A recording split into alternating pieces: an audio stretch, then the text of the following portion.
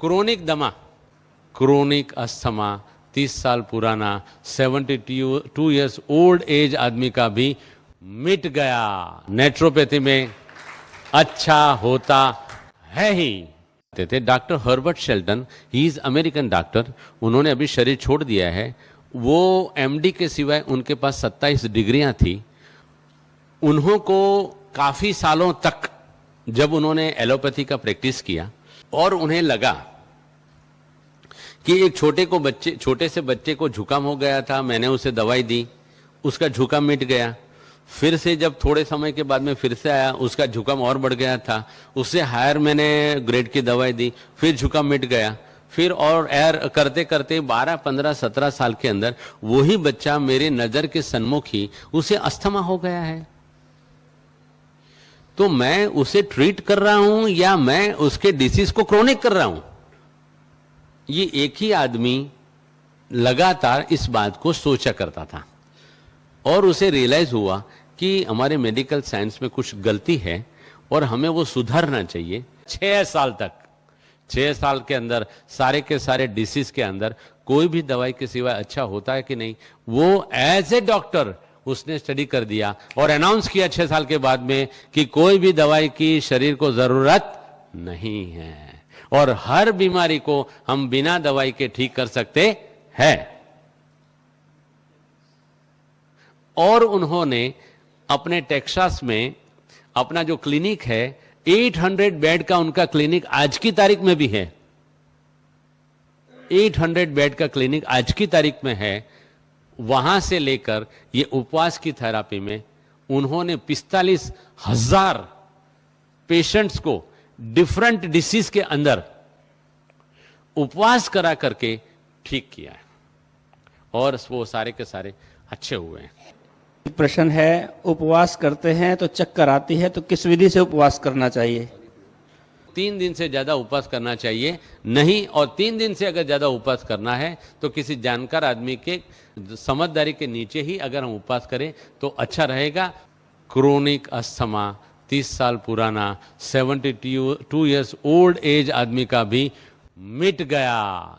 मेरे पास एक रमेश भाई पटेल, 72 साल की उनकी उम्र, 30 साल पुराना अस्थमा। जब मेरे पास आए तो वो बात नहीं कर पाते थे, खाली उतना ही करते थे। उनका बच्चा, उनका लड़का किरण भाई पटेल, वो मेरे से आके बैठा और उसने आधा घंटा बात किया। 30 साल से पुराना अस्थमा है, पिताजी की उम्र 72 साल की है और हम उनको ठीक नहीं पाते, वो ठीक होना चाहते हैं।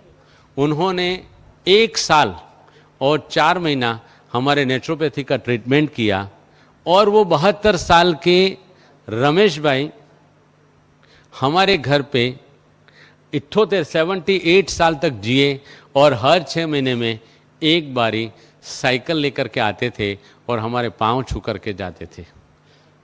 क्रोनिक अस्थमा, 30 साल पुराना 72 ईयर्स ओल्ड एज आदमी का भी मिट गया। नेचुरोपैथी में अच्छा होता है ही।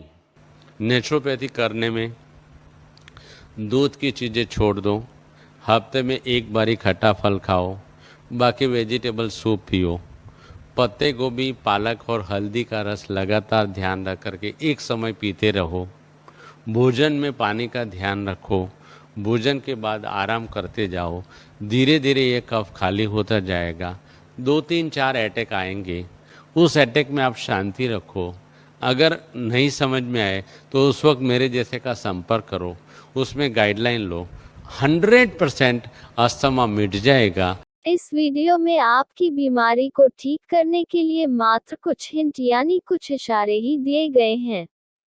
यदि आप अपनी बीमारी को ठीक करना चाहते हैं तो विस्तार से डॉक्टर हर्बर्ट शेल्टन की रिसर्च पर आधारित इस नेचर क्योर सिस्टम के नियमों और सिद्धांतों को समझना अत्यंत जरूरी है। कुछ अन्य वीडियो भी जरूर ही देखें इस वीडियो को देखने के बाद में।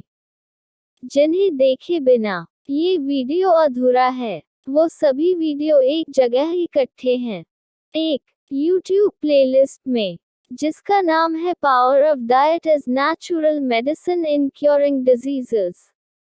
इस YouTube प्लेलिस्ट को खोलने के लिए लिंक इस प्रकार है http://tiny.cc/powerofdiet-as-medicine। इस लिंक को किसी भी वेब ब्राउज़र में जहां वेबसाइट खोलने के लिए लिंक डालते हैं वहां डालकर खोल सकते हैं। उन सभी वीडियो को ध्यान से देखेंगे तो आपको डाइट बदलाव की इस नेचर क्योंकि काफी अच्छी समझ हो जाएगी। लेकिन उनमें से कुछ वीडियो बहुत आवश्यक है जो इस प्रकार हैं। पहला वीडियो है रोग मुक्ति के लिए डाइट की साइंटिफिक दिनचर्या। दूसरा वीडियो जिसका शीर्षक है research on fasting in curing diseases bye American researcher doctor Herbert Shelton. उपवास रोगों को हराने का सबसे बड़ा हथियार। तीसरा वीडियो है milk is a slow poison. चौथा है पके भोजन में टमाटर खाने के नुकसान। सभी वीडियो अभी केवल हिंदी में ही उपलब्ध हैं। जितने ज्यादा आप वीडियो देखेंगे उतनी ही स्पष्टता आपको हो जाएगी और आपको इस सिस्टम को अपनाने में आसानी होगी और मोटिवेशन जागृत होगा। दिल से करने के लिए अन्य सभी वीडियोस के लिंक इस वीडियो के डिस्क्रिप्शन में भी उपलब्ध हैं। इस वीडियो को जितना हो सके शेयर करें ताकि अधिक से अधिक लोग इस भोजन बदलाव की ताकत को पहचान कर इस क्रांतिकारी मुहिम से जुड़कर बीमारियों से मुक्त हो सकें। दमा किसी को है तो सरल सरल सी बात है, बचपन से जिसको कफ का कोल्ड का इफेक्ट होगा और जिसको ज़्यादा कफ पैदा होता होगा वो अपनी परेशानी की वजह से मेडिकल साइंस में गया होगा। अब मेडिकल साइंस ने उसे कोई भी दवाई दी होगी, जो दवाई से उसका कफ सूख गया होगा। अब हर बारी उसकी प्रकृति ऐसी है कि जो कफ पैदा करती है और हर बारी वो दवाई लेता जाता है, इसलिए नए नए कफ के लेयर बनते जाते हैं। तो बचपन से लेकर आज तक उसने कफ इतना इकट्ठा किया है कि कोई एक बहन को एक नहीं 10 साड़ी अगर पहना जाए तो 10 साड़ी पहनकर वो बहन चल नहीं सकती है।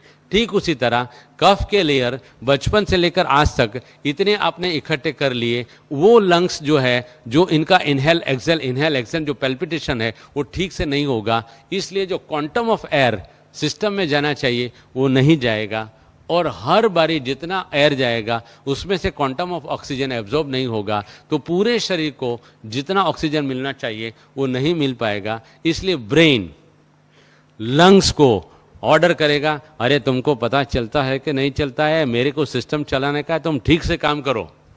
इसलिए लंग ब्रेन का एडिशनल ऑर्डर मान करके कोशिश करता है, इसको हम दमा बोलते हैं। प्रश्न है उपवास करते हैं तो चक्कर आती है तो किस विधि से उपवास करना चाहिए? 3 दिन से ज़्यादा उपवास करना चाहिए नहीं, और 3 दिन से अगर ज़्यादा उपवास करना है तो किसी जानकार आदमी के समझदारी के नीचे ही अगर हम उपवास करें तो अच्छा रहेगा। क्योंकि कोई जानकार आदमी के साथ में रह करके अगर आप उपवास करोगे तो ही आपको गाइडलाइन मिलेगी, नहीं तो आपके शरीर में जो हीलिंग क्राइसिस होगी, जुकाम या तो जैसे बाहर आने लगेगा, आपके पेट में दर्द हो जाएगा, शायद दस्त बहुत आ जाएगी, शायद बुखार आ जाएगा और कुछ भी हो सकता है। कहाँ से टॉक्सिक निकलेगा वी डोंट नो।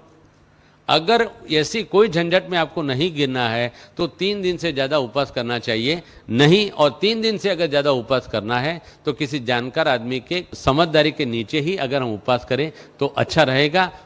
अगर हम उपवास करते हैं तो उपवास के साथ बेड में सो करके आराम करना जरूरी है।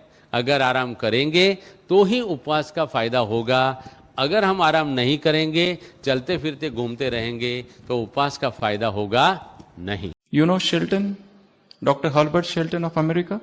He has done the maximum research on this.